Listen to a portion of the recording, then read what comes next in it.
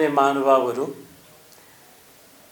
वैदिक ज्ञान विज्ञान कार्यक्रमको आज चौथो श्रृङ्खला नेपाल महर्षि वैदिक फाउन्डेसनले प्रवर्तन गरिरहेको छ। मलाई 2075 साल चैत्र 19 गते राष्ट्रिय सहकारी महासङ्घको संयुक्त आयोजनामा प्रमुख अतिथिको हैसियतले राष्ट्रिय सहकारी दिवसको कार्यक्रममा प्रधानमन्त्री केपी ओलीले अर्गानिक कृषिका बारे दिनुभएको लामो विचारहरूमा मैले 3-4 वटा पोइन्ट नोट गरेको छु। म त्यो सुनाउन चाहन्छु। उहाँले अर्गानिकको चर्चा गर्दै के भन्नुभयो भने, खाना पेट भर्न होइन, स्वस्थ रहन खाने हो। शुद्ध अर्गानिक खाना आफैमा औषधि हो। विषादीयुक्त खाना खाएर औषधि खाने होइन, औषधि नै नखान शुद्ध अर्गानिक खाना खाने हो। कति राम्रो विचार छ। दाल भात तरकारी शरीरका लागि औषधि हो। लसुन प्याज अदुवा बेसार सबै मसलाहरू औषधि हुन्। यति बुझेपछि त मलाई लाग्छ अर्गानिकमा दोस्रो कुरा हामीले केही बुझ्नु पर्दैन। यति सिम्पल, यति सरल र यति महत्त्वपूर्ण कुरा उहाँले बोल्नुभयो जो मैले डायरीमा नोट गरिराखेको छु। त यो कुरा मैले चाहिँ आजका वर्तमान कृषि मन्त्रीलाई पनि सुनाएर लेखेर पनि दिएँ। भर्खरै निवर्तमान हुनुभएका अर्थमन्त्रीलाई पनि सुनाएर लेखेर दिएँ कि अर्गानिकमा अब के गर्नुपर्छ भनेर। तर कुनै अर्गानिकमा ठोस कदम आउन सकेको छैन। तर हेर्नुहोस्, त्यही सिक्किम जसले बिना पूर्वाधार घोषणा गर्यो, भुटानले घोषणा गर्यो, त राम्रो सफल भयो। त आज उनीहरूको चाहिँ केमिकल रहित स्टेटको रूपमा परिचित छ। संयुक्त राष्ट्रसङ्घले एवार्ड दिइसक्यो। त्यहाँका संसारका मान्छेहरू शुद्ध खाना र श्वास प्रश्वासका लागि 12 महिना आउने गर्छन्। त्यहाँ टुरिज्म वर्ष घोषणा गरिनु पर्दैन महानुभावहरू। त्यसकारणले हामीले किन यो गर्न सकिराखेका छैनौँ? हाम्रो इच्छा शक्ति छैन कि हाम्रो पूर्वाधार छैन कि के हो? म किसान दाजुभाइहरूलाई पनि आग्रह गर्न चाहन्छु, गाई भैँसीबाट टाढा बसेर खेती किसानको कुरा नगरौँ। त्यसकारणले अब हामीले सोच्नुपर्ने अवस्था आएको छ कि यसका विकल्पहरू अहिले आज पनि नेपालमा विद्यमान म देख्छु। जैविक मल भनेका छन्, प्राङ्गारिक मल भनेका छन्, भर्मी कम्पोस्ट भनेका छन्, चाहिँ जिरो बजेट फार्मिङ भनेर आएको छ। विभिन्न किसिमका मलहरूको आविष्कार भइसकेको छ जो जैविक हुन्, जो अर्गानिक हो। यसलाई उपयोग हामी किन गर्न सक्दैनौँ? आज पनि म सुनिराखेको छु, यहाँ लाखौँ लाख केजी मल थन्केर बसेको छ, जैविक मलहरू, वर्मी कम्पोस्टहरू। त्यसलाई उपयोग हामी किसानलाई गर्न किन भन्दैनौँ, किन दिन सक्दैनौँ? र आज हामी विदेशबाट ल्याउन सकेन, टेन्डरवालाले ल्याइदिएन भनेर मात्रै गुनासो गरिराखेका छौँ। हामीले सोच्ने बेला आएको छ। त्यसकारणले यसै सन्दर्भमा विज्ञ व्यक्तित्वहरूको पनि के धारणा रहेछ यो जानकारी गराउने आज प्रयास गरेका छौँ। महेश्वर घिमिरेजी रामपुर क्याम्पसबाट इन्टरमिडिएट गरेर उहाँ बेलायतको इमर्सन कलेजबाट डिप्लोमा गर्नुभएको छ र उहाँले त्यस पछाडि विभिन्न सङ्घ संस्थामा काम गर्दै अर्गानिक सर्टिफिकेसनको आधिकारिक संस्था एउटा अस्ट्रेलियामा छ जसलाई हामी नासा भन्छौँ। नासा अस्ट्रेलियाको सन् 2000 देखि आजसम्म उहाँ त्यसको चाहिँ आधिकारिक अर्गानिक सर्टिफिकेसनको इन्सपेक्टर हुनुहुन्छ र एसिया तथा अफ्रिका र ल्याटिन अमेरिकाका देशहरूको धेरै भ्रमण यही सन्दर्भमा उहाँले गर्नुभएको छ। लामो समयसम्म अर्गानिक कृषिमा उहाँले देख्नुभएको, हेर्नुभएको कामको अनुभव के छ, उहाँको कुरा सुनौँ। केही वर्षदेखि चाहिँ प्राङ्गारिक कृषि एउटा विकल्प हुन सक्छ भनेर आएको छ। नेपाल सरकारको नीतिमा पनि छ। अनि यो रासायनिक पदार्थको व्यापक प्रयोगबाट अन्य देशहरूमा भएको अनुसन्धानले के देखाउँछ भने विभिन्न समस्याहरू जस्तो चाहिँ मधुमेह, अनि मुटु सम्बन्धी समस्या, अनि क्यान्सरको समस्या, थाइरोइडको समस्या, अनि अरू विभिन्न रोगहरू लागेको छ भने चाहिँ अन्य देशहरूको चाहिँ अनुसन्धानले पत्ता लगाएको छ। अनि हामी कहाँ पनि यो किसिमको रोगहरू व्यापक रूपमा बढ्दै गएको छ। त्यो व्यापक रूपमा बढ्दै जानुको पछाडि यी रासायनिक पदार्थको चाहिँ कारण चाहिँ के कति छ भन्ने विषयमा अनुसन्धान भएको छैन। हाम्रो देशमा लगभग 76,56,000 हेक्टर जमिन चाहिँ वनबुटो, बुट्यान, सीमान्त जमिन, झाडी यस्तो खालले चाहिँ ढाकेको छ।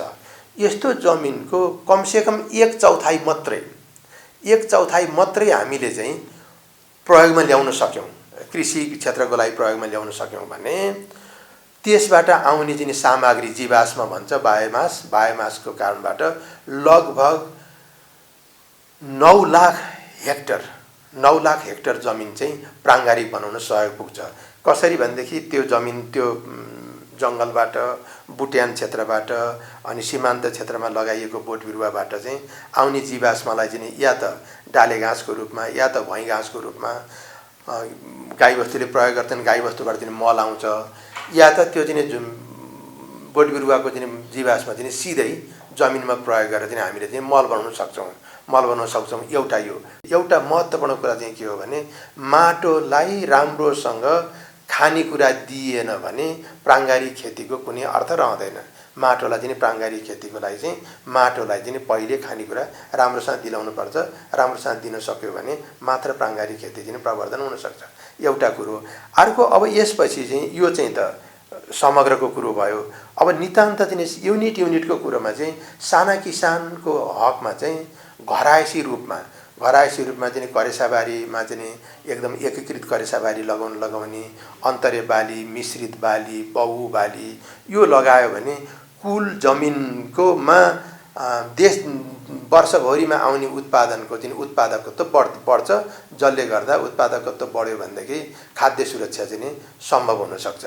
अनि ठुला किसानको सवालमा, ठुला बारीको सवालमा चाहिँ हामीले चाहिँ कमसेकम 5 वर्षे चाहिँ योजना बनाएर वर्षको 1 सिजन चाहिँ हरियो मल लगाउने पद्धति गर्यो भने माटो सुधारमा चाहिँ सहयोग हुन्छ। यो हरियो मल लगाउँदाखेरिमा जुन क्षति किसानले बेहोर्न पर्छ त्यो क्षतिको लागि चाहिँ नेपाल सरकारले 2 देखि 3 वर्षसम्म अनुदानको चाहिँ उपलब्ध गराउने। अनुदान उपलब्ध गराइसकेपछि 3 वर्षमा त माटोको अवस्था पनि सुधार हुन्छ अनि किसानले पनि केही उपलब्धि चाहिँ महसुस गर्छ। उपलब्धि महसुस गरेपछि किसान आफैले त्यसलाई लगानी गर्न सक्छ। लगानी गर्न सक्यो भने अनि भरे गएर चाहिँ किसानको पनि फाइदा भयो, उत्पादकलाई फाइदा भयो, उपभोक्तालाई फाइदा भयो, किसानको बारीमा काम गर्ने चाहिँ कामदारहरूलाई फाइदा भयो। अनि त्यो उत्पादित चिजलाई चाहिँ ओसार पसार गर्नेले चाहिँ विषाक्त पदार्थको चाहिँ उसमा चाहिँ जोडिनु परेन, विषाक्त पदार्थबाट प्रदूषित हुन परेन, उनीहरू पनि जोगिने भए र समग्र रूपमा चाहिँ देशलाई चाहिँ प्राङ्गारिकतर्फ लानलाई चाहिँ यो एउटा चाहिँ पाइलो हुनसक्छ। अहिले चाहिँ हाम्रो चाहिँ आधुनिक पद्धतिमा के गरिन्छ भने रासायनिक मलको रूपमा चाहिँ युरिया अथवा चाहिँ फस्फरस, पोटास चाहिँ बढी दिइन्छ। जस्तो हामीलाई चाहिँ हामी स्वस्थ हुनको लागि पानी, कार्बोहाइड्रेट, चिल्लो पदार्थ, मिनरल अनि भिटामिन अनि यस्तो चिज चाहिन्छ भने यसरी नै बिरुवालाई पनि 16-17 किसिमको चिज चाहिन्छ खानेकुरा। 16-17 मध्ये हामीले रासायनिक पदार्थबाट चाहिँ 3टा मात्रै चिज दिइरहेका हुन्छौँ, नाइट्रोजन, फस्फरस, पोटास। अनि नाइट्रोजन, फस्फरस, पोटास मात्रै दिने, अरू किसिमको खानेकुरा चाहिँ बिरुवालाई नदिँदाखेरिमा बिरुवाहरू कमजोर हुन्छन्। बिरुवाहरू कमजोर हुँदा चाहिँ बिरुवाहरू रोगी हुन्छन्। रोगी भएपछि विषाक्त पदार्थ प्रयोग गर्नु पर्यो। विषाक्त पदार्थ प्रयोग गरेपछि हामीले उपभोग गर्ने चाहिँ चिज चाहिँ विषाक्त हुन्छ, जसले गर्दा हामीलाई फाइदा हुँदैन। त्यसले गर्दा हामी स्वस्थ हुनको लागि बिरुवा स्वस्थ हुनु जरुरी छ। बिरुवा स्वस्थ हुनको लागि चाहिँ माटो स्वस्थ हुनु जरुरी छ। माटो स्वस्थ हुनको लागि चाहिँ वरिपरिको वातावरण स्वस्थ हुनु जरुरी छ। वरिपरिको वातावरण स्वस्थ हुनको लागि चाहिँ बोट बिरुवा, पानीको चाहिँ सञ्चय, बोट बिरुवाको अवस्था चाहिँ राम्रो हुन जरुरी छ। तत्काल नेपाल सरकारले अथवा गैर सरकारी क्षेत्रले गर्नुपर्ने काम के हो भने तुरुन्तै अहिले पनि बर्खा चाहिँ अझै सकिएको छैन। अहिले चाहिँ हामीसँग चाहिँ गाउँघरमा, मध्य पहाडी क्षेत्रमा, तराईमै पनि, उच्च पहाडी क्षेत्रमा पनि हामीसँग चाहिँ प्रशस्त मात्रामा चाहिँ बोट बिरुवा प्रशस्त छ। त्यो बोट बिरुवा र पशु गाई भैँसीको चाहिँ मल अनि कुखुराको मल आदि इत्यादिलाई चाहिँ मिलाएर कम्पोस्टिङको अभियान तुरुन्तै सुरु गर्ने। सुरु गर्यो भने कमसेकम अब आउने चाहिँ हिउँदे तरकारीको लागि किसानले चाहिँ 1.5-2 महिना 3 महिनाभित्रमा चाहिँ मल तयार हुन्छ। 2-3 महिनापछि किसानले चाहिँ त्यो मल प्रयोग गर्न सक्छन्। एउटा कम्पोस्ट मल तुरुन्तै। अर्को हरियो मल चाहिँ के भन्छ नि बारीमा चाहिँ कोसेबालीको प्रयोगको व्यापक रूपमा चाहिँ सञ्चालन गर्ने। त्यो बाहेक अर्को चाहिँ यो पञ्चकव्य अनि बीजामृत यस्तो खालको चाहिँ सामग्रीहरू तयार गर्न सकिन्छ जसले चाहिँ बिरुवालाई चाहिँ तुरुन्त खाद्य तत्त्व दिन सक्छ। अनि यो भयो भने हामीले हाम्रो आफ्नो चाहिँ स्रोतलाई चाहिँ व्यापक रूपमा परिचालन गर्न सक्छौँ। परिचालन गरेर हाम्रो आफ्नो चाहिँ देशलाई चाहिँ प्राङ्गारिकतर्फ उन्मुख गर्न सक्छौँ। र अर्को पाटो चाहिँ यो प्राङ्गारिक कृषिले चाहिँ के गर्न सक्छ भनेदेखि कृषिमा आधारित पर्यटन, कृषिमा आधारित शैक्षिक पर्यटनको विकास चाहिँ हुन सक्छ। अनि नेपाल सरकारको दायित्व चाहिँ रोड, सूचना सञ्चार अनि चाहिँ आवत जावतको चाहिँ सुविधा यस्तो खालको विषयमा चाहिँ सरकार चाहिँ बढी चनाको हुन सक्नु पर्यो। सरकार यसरी चनाको भयो भने प्राङ्गारिक कृषिलाई चाहिँ अगाडि बढाउन सकिन्छ।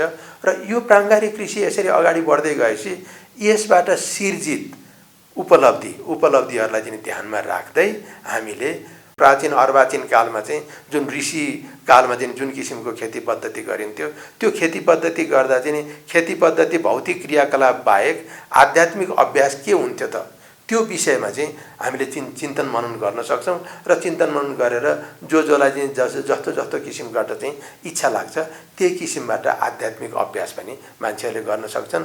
आध्यात्मिक अभ्यास भयो भने अनि भइरहेको प्राङ्गारिक कृषिलाई चाहिँ हामीले चाहिँ वैदिक कृषिमा चाहिँ रूपान्तरण गर्न सक्छौँ। डाक्टर जन कनहाउस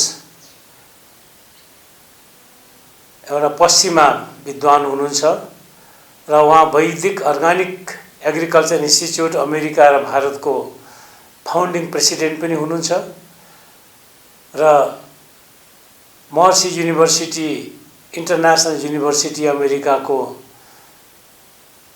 वैदिक कृषि विभागको उहाँ प्रोफेसर पनि हुनुहुन्छ र उहाँले वैदिक अर्गानिक कृषिमा नै विद्यावारिधि पीएचडी गर्नुभएको छ। उहाँ के भन्नुहुन्छ सुनौँ उहाँको कुरा। Maharshi's agriculture, Vedic agriculture, is not about techniques of growing. It's not about creating fertilizers, or it's not about how to plow the field.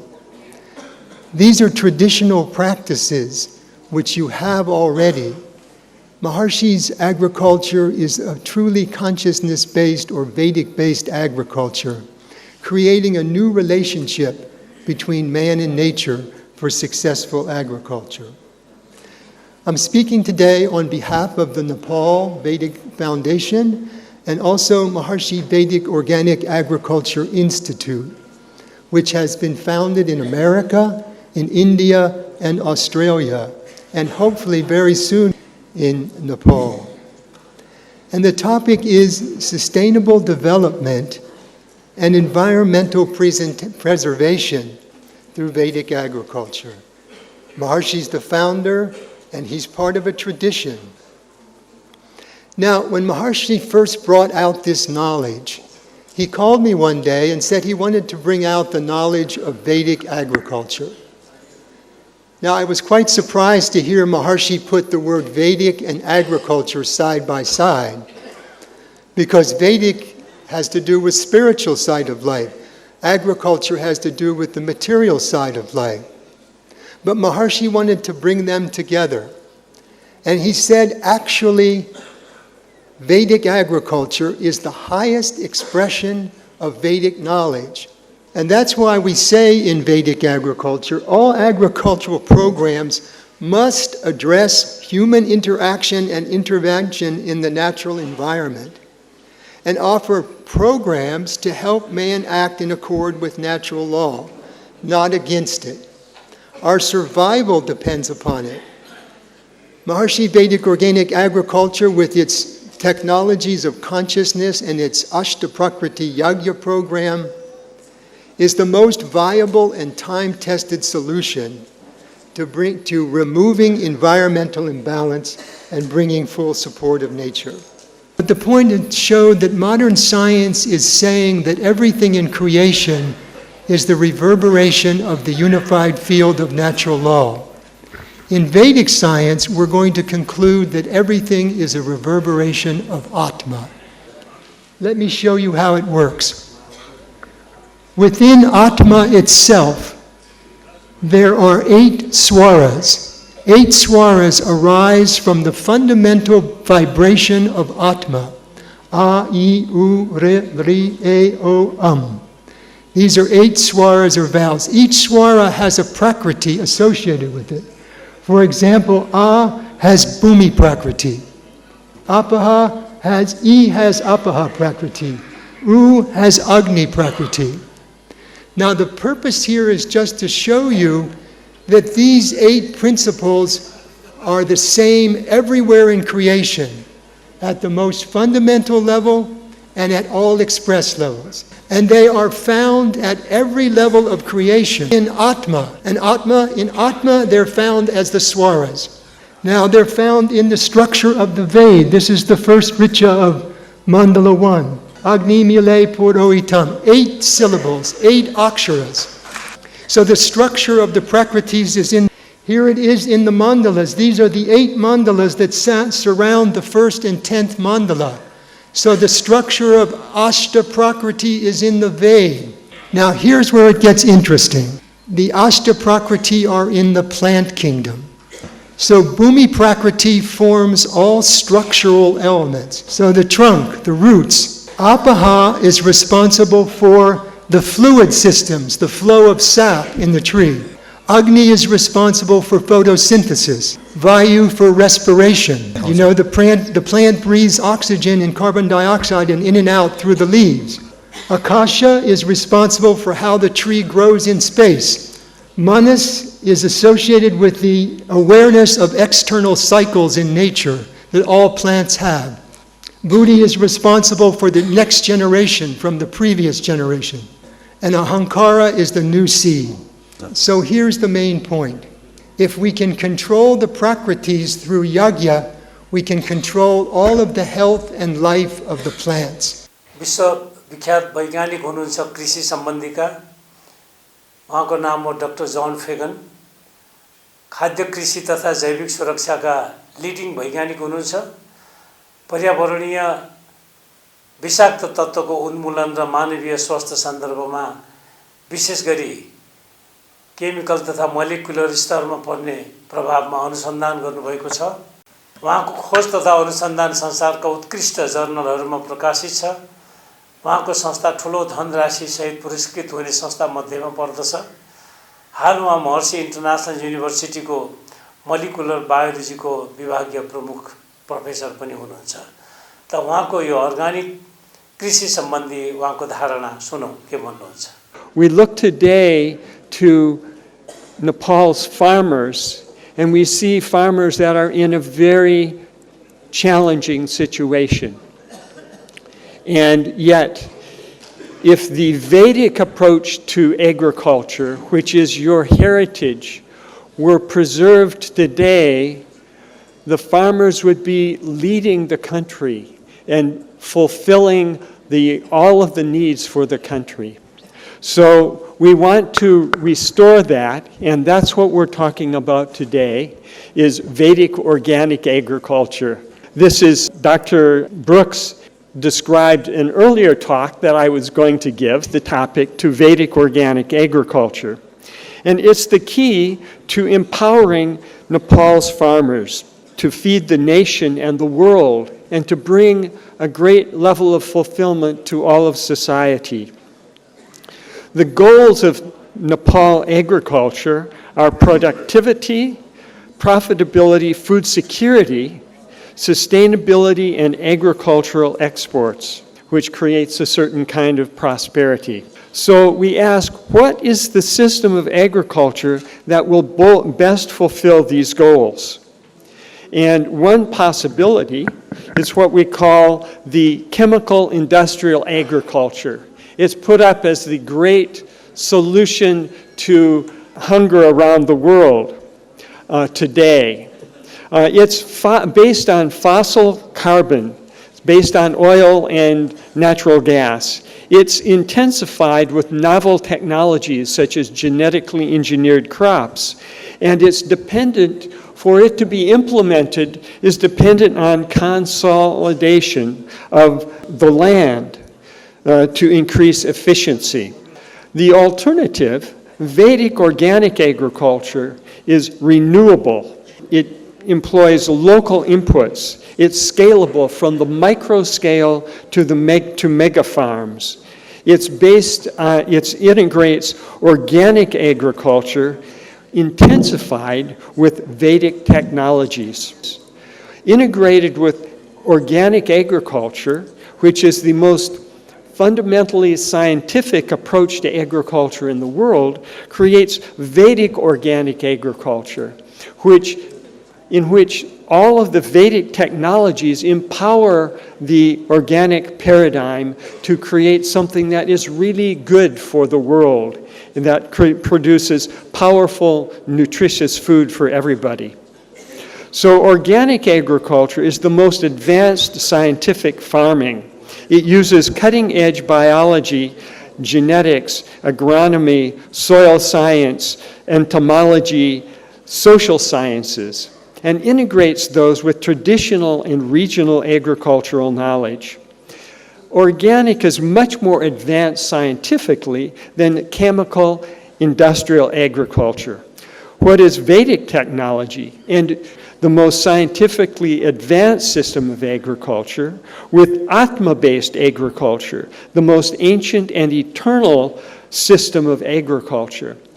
Vedic organic agriculture integrates specific Vedic technology. What this does for the farmer is it creates a farmer who is more intelligent and creative, more energetic and dynamic, resourceful, adaptable, effective, and successful. The Vedic recitation is very powerful in that it infuses the intelligence, the total intelligence of nature into the foods. And this creates what we call Annapurna.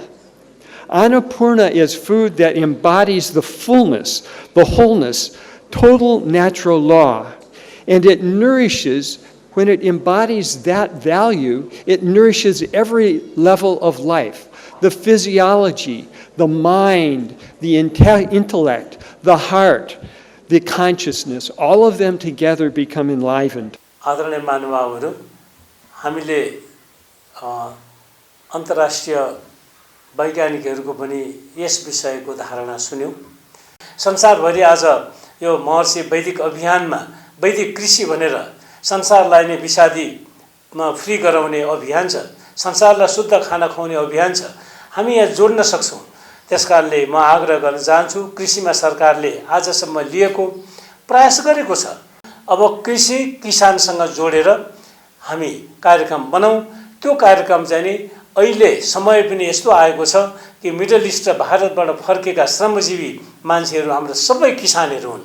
यिनीहरूलाई यही कृषि र यही organic कृषिमा लाउने योजना हामीले बनायौं भने किसानले कृषिलाई जुरुक्क उठाउन हामी सक्छौं र हामीलाई विषादी र केमिकलको आवश्यकता पर्दैन र यसका लागि चाहिँ धेरै विकल्पहरू छन्। ती विकल्पको बारे हामी बसेर संवाद गर्न सक्छौं। म आग्रह गर्न चाहन्छु नेपाल सरकारलाई र नेपाली किसान दाजुभाइहरूलाई, अब हामी फर्क्यौं जैविक कृषिमा फर्क्यौं, अर्गानिक कृषिमा फर्क्यौं, प्राकृतिक कृषिमा फर्क्यौं। अहिले ठुला एउटा साइन्टिस्ट डाक्टर जन हेगलेन भन्ने हुनुहुन्छ, यो साइन्टिफिक एजको लिडिङ साइन्टिस्ट हो। उहाँ महर्षि विश्वविद्यालयको कुलपति पनि हुनुहुन्छ। उहाँले आफ्नो चाहिँ नि एब्सोल्युट थ्योरी अफ गभर्नमेन्ट भन्ने किताबमा भन्नुभएको छ, संसारको सबैभन्दा समस्या के एउटै मात्रै छ आज, त्यो हो प्राकृतिक कानुनको अवज्ञा। र यसलाई हामीले सुधार्ने क्रम पनि एउटै मात्रै छ, प्राकृतिक कानुनलाई अकर्डिङ टु नेचरल ल हामीले यसलाई व्यवस्था गर्दै गयौं भने फेरि त्यसलाई हामी सुधार्न हामी सक्छौं भनेर उहाँले बताउनु भएको छ। त्यसकारणले गर्दाखेरि अब हामी प्रकृति मैत्री भएर काम गर्नका लागि अर्गानिक कृषि भनेको प्रकृति मैत्री हो र यो अर्गानिक कृषिमा जाने व्यावहारिक र प्र्याक्टिकल प्रोग्राम बनाएर जानुपर्छ भन्ने आग्रह गर्न चाहन्छु। नमस्कार।